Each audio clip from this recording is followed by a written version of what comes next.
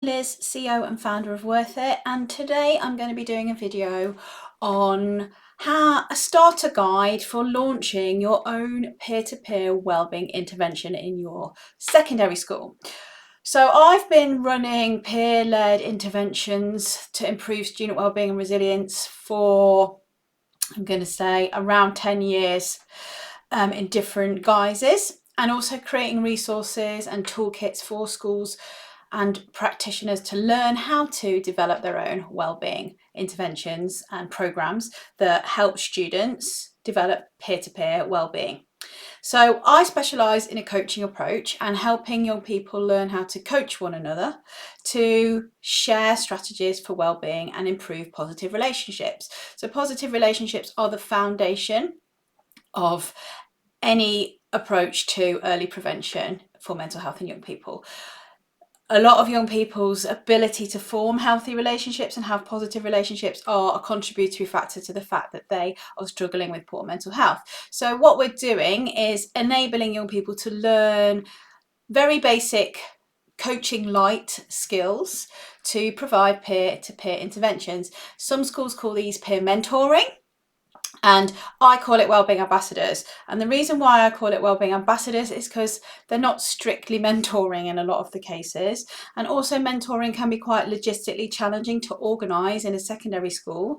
If you're especially using different peer groups and age groups, that the matching process can be tricky and can get in the way of the programme really taking off. So around 8 years ago, I devised the Wellbeing Ambassadors Programme and developed a toolkit in how to run your own Wellbeing Ambassadors Programme. And what I found is that young people, if it's much more of a flexible framework and you are using a coaching approach to ask young people what they feel they need to improve the wellbeing for peers in their school, much more voice-led, which is important for government recommendations around around children and young people's mental health in school. So the Department for Education recommend peer-led approaches and peer-to-peer interventions and pupil voice as best practice as part of a whole school approach to mental health. So it's something that most schools should be looking at or have as an option or have as part of their whole school approach to mental health. And peer mentoring is a term used in the literature or in some of the guidance recommendations, but I find it's more than peer mentoring that can make a big impact. And with our Wellbeing Ambassadors Programme, the type of interventions that young people do in schools can influence culture, can influence systems and processes, can influence staff wellbeing, because the more we're increasing capacity for students to reduce low-level worries and concerns and help children engage in school life, the less of an impact that's going to have on staff workload. So what I'm going to cover is some tips from a starter guide in how to get your Wellbeing Ambassadors Programme started. First thing is to understand what you actually want to do and what your aims are for running a peer-led wellbeing intervention. Do you want to have wellbeing mentors who are going to share tips with younger peers, for instance? Or do you want to have a team of champions that are going to really transform school culture? Our programme covers both, and schools tend to have one kind of idea in their mind. Maybe they are worried about access to support in the school, and they want to increase capacity for more young people to access things like a wellbeing hub or pastoral team support or ask for help earlier. And wellbeing ambassadors and using a young person's voice can really amplify that, because young people are much more likely to listen to peers than they are an adult. They're going through a developmental stage where it's more important to engage in the peer group than it is with adults. So this is why a peer-led intervention is really effective for young people. So the first step is to secure leadership. The first step is to secure leadership buy-in and decide who's going to be in charge of the project. Is it pastoral leader? Is it head of year 12? Is it the senior mental health lead? Is it someone in charge of pastoral or safeguarding? So who's going to lead the programme and get leadership buy-in? It's really important that this is not seen as a bolt-on or a tick box exercise, that it's actually seen as something strategic in your school development plan. It's aligned with mental health, potentially aligned with improvement plans or school send provision or mental health support pathways and things like that. So thinking strategically, where could this intervention fit and what is the difference that we would like it to make in our school, and can we get buy-in from staff and school leadership? Because if all staff are bought in from the beginning, then they're much more likely either to refer children to be the ambassadors themselves, or for the ambassadors to then be able to run interventions like assemblies or tutor time sessions or peer-led interventions or clubs at lunchtime or whatever they decide they're going to do. Staff can see the benefits of that and help young people access that in the school, so that they might notice that someone's having a wobble and they could say, oh, do you know about the Wellbeing Ambassadors? Could you go to their programme Tuesday at lunchtime? And really understand how it all fits together and all works. So ensure that you get staff leadership buy-in and designate someone who's going to be the lead facilitator. So in my program, I call them a facilitator, and they have access to my program and our online resources and our training. And then they can also allocate another member of staff who also has access to that program. So they've got someone to help them with that delivery of the program and ongoing support for the young people. Now you might think, oh my god, that sounds like so much work and I haven't got time for that. The idea is that actually although it's an upfront investment in time, that's about a day and a half in total, or maybe 2 days with you recruiting of ambassadors and things like that. So a couple of days of investment of time up front will increase capacity for lots of the low level mental health worries and concerns and challenges of school life and stressful things and friendship falling out issues could be then addressed by interventions that Wellbeing Ambassadors develop and deliver. So it will reduce capacity issues in the long run, but it might take a bit of time for that to balance out. So there is an upfront, I'm not going to pretend there's no time involved at all, but it's how much time are you taking on all the issues that are coming knocking on your door that are small things that are stopping you getting in the way of like supporting young people with much more challenging complex needs that do need that adult support, whereas worries about forgetting your PE kit or homework stress or friendship falling out can be addressed by a bit of peer-to-peer advice and guidance or some voice-led resources or awareness raising campaigns, those kind of things. So the next thing to think about, once you've decided as a school it's strategically something that you want to invest in and that you've got some capacity to do that and someone's got that part of allocated to their job role, then it's time to think about who can be your ambassadors. Some schools already have identified prefects or heads of houses or school council or different cohorts of students that they think would be really good that already have kind of a leadership role within the school. Or some schools do a recruitment process. So in our program we have a recruitment application form where we call it a profile, and they can use that profile to apply and then be recruited and have an interview. All of that is useful for confidence building and self-awareness development and practicing for like UCAS forms and applications. So it's a really valuable process to go through. Even if they get knocked back, that's going to still help them build resilience, because you know, in life, especially once they get into the real world after school, not that school isn't the real world, but once they get into school, after school life, applying for stuff and getting rejected is something that young people do need to learn how to navigate and deal with. So this is a helpful process for that. And then selecting your cohort of young people that are going to be the ambassadors. I base everything on 16. It could be less, it could be more. It depends on how you want to run the program. It could be that you have a smaller team of senior leaders of wellbeing, and then they then train up peers that are going to be sub teams, like in The Apprentice. I say sometimes we want sub teams that are responsible for different tasks and things like that. So identify the cohort that you want to be the ambassadors and recruit them, and either target them specifically or do a recruitment process and see who comes forward and interview them. In subsequent years, after your initial year, your ambassadors can do the recruitment process, and they can help read the CVs and the application forms, and they can help interview young people, or they could do assemblies to promote the programme and help with the recruitment process. So again, that's something that over time will take less time and energy because they can be involved in that process, and they learn so much from interviewing people and recruiting them, and even having to have difficult conversations and things like that are such valuable life skills.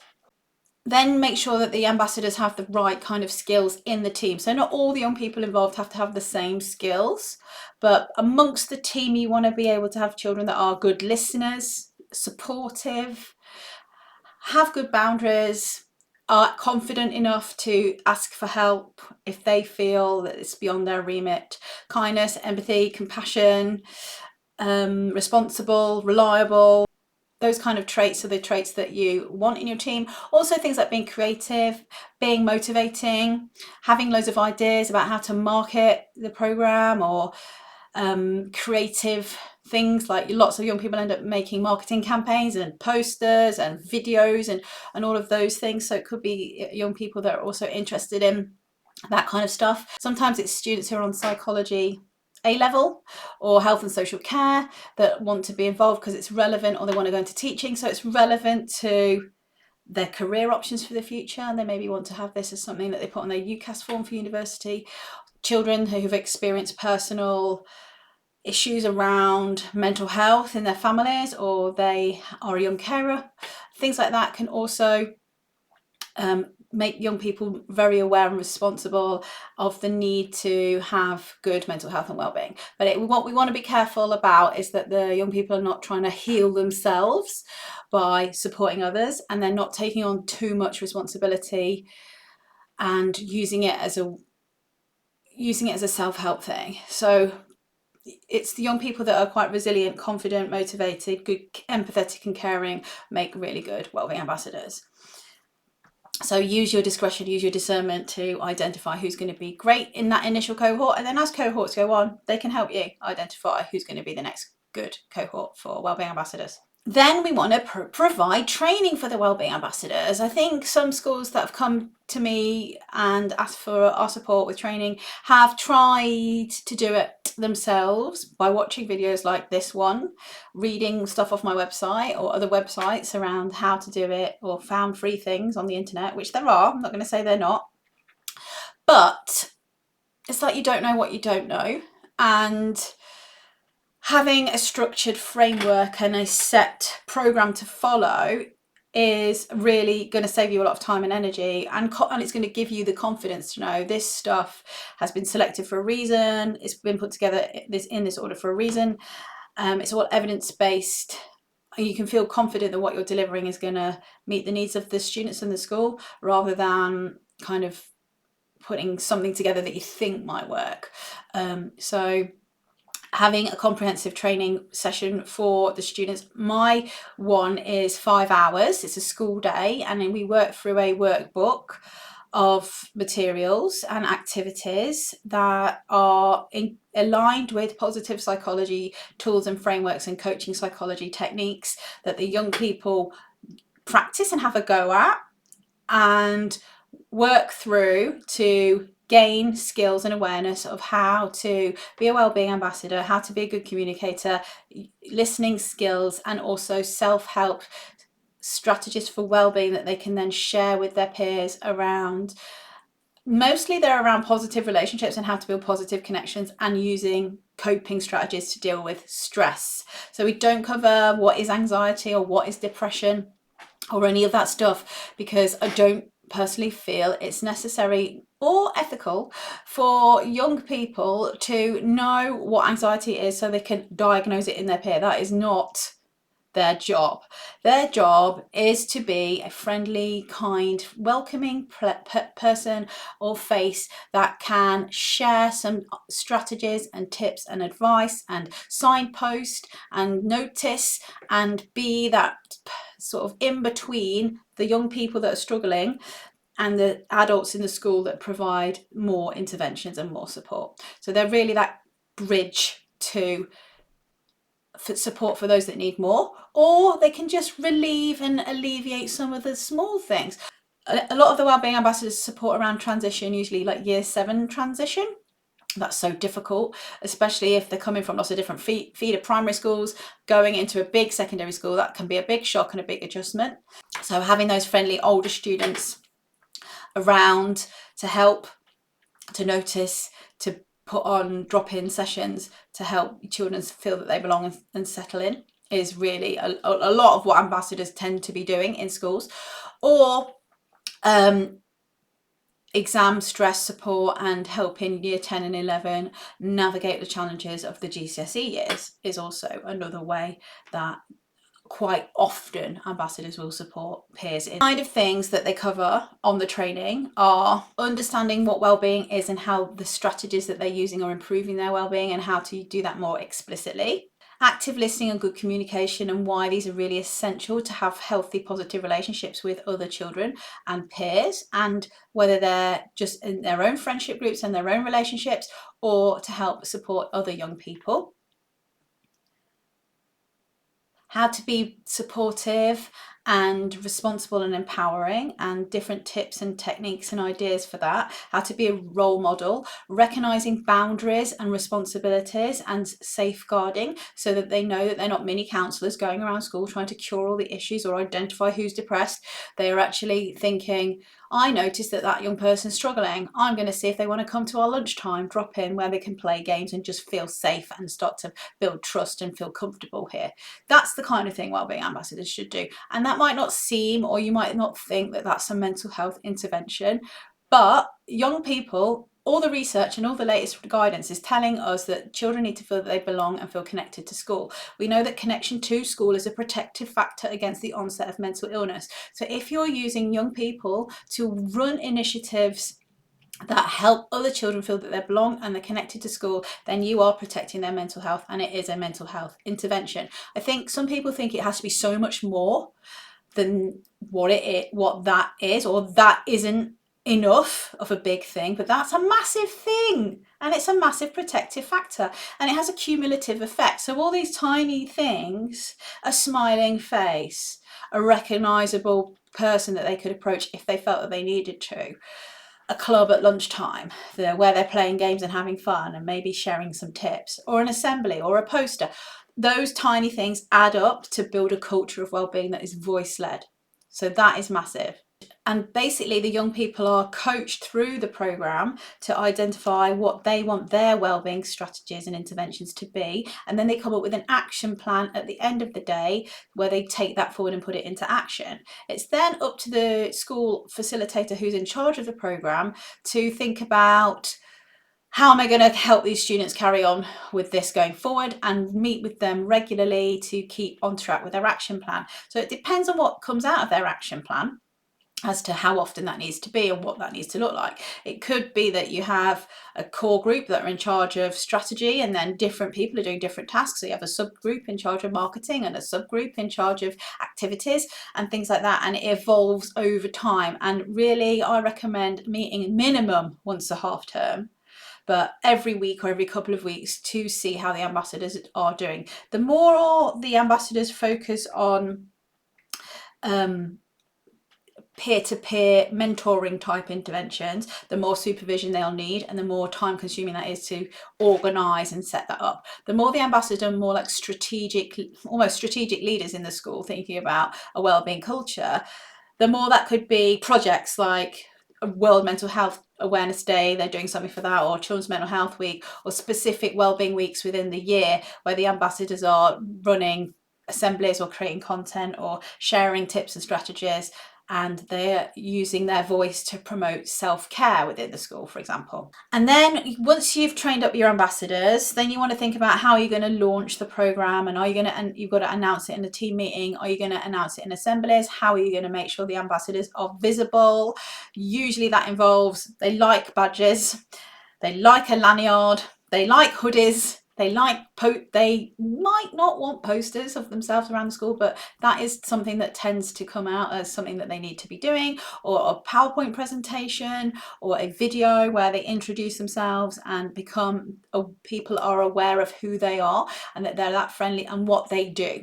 So in the school I was just in, the young people actually asked ChatGPT, we're going to do all these things. They came up with their list of activities of what they want to do based on the sessions, that the tools that we covered in the training. And we fed it all into ChatGPT, and it came up with not only the title that they wanted to have for themselves, they wanted to come up with their own title, which was Peer Wellbeing Leaders. And brilliant. And then they also came up with a job specification of what the roles and remit was. So they could easily then use that to present back to other students in the school and staff around with a clear role and remit. This is what we're going to do. This is where we fit. This is how we help. And this is how we feed into the wider mental health work in our school. Fantastic. You can give that to Ofsted when they come and visit. This is like exactly the kind of practice that needs to be happening. And then it's up to you to facilitate the ongoing supervision with the young people and take on board their feedback, and the programme evolves over time. And every year it can like build on the work that's gone before. We give you access for 3 years, and the reason why we do that is because it can take a whole year for the programme to get up and running. And also if staff change or responsibilities change, you can swap out who's going to be in charge of the programme. And the students can really then evolve that programme over time, and it can adapt to meet the needs of the school community. So in different parts of the country, we've had stuff that's more focused around suicide prevention. We've had stuff that's focused around bullying or racism or special educational needs inclusion. So it really does depend on what the students think are the main issues and how they want to come up with some ideas to tackle those issues. I say pick 1 to 3 things for that first academic year and do that well and do that consistently, and then build from there. Don't try and bite off more than you can chew. Try and keep it manageable and realistic, but those small things will add up to a big change overall. If you're interested in joining our Wellbeing Ambassadors Programme, you need to visit the page below. The page below is listed with all the information about the programme. We have got a primary version and a secondary aged version, which can be used in secondary schools, FE college, or settings that work with adolescents in the community. We've also worked with CAMS and mental health support teams around rolling that out at a larger scale as well. And you can also access our free resource, which is the Wellbeing Ambassadors cheat sheet, which explains a lot more about the programme and how it all works and the theory behind it. And also our webinar, where you get a lot more insight into the theory behind the Wellbeing Ambassadors Programme and how that all works and where it's come from. But the things are to know that you don't have to do this all on your own. There is a whole toolkit of resources available to you. You just have to use them. It won't take 1.5 hours to go through the course to learn how to deliver the programme. It's 1 day of training for the students, and then depending on how that goes and what they say, how often you meet them, could be 20 minutes once a week or half an hour every couple of weeks, and keeping that momentum going and watch it explode and transform your school over a couple of years. So get in touch with me if you're interested in anything I've said in this video, and I'll see you again soon.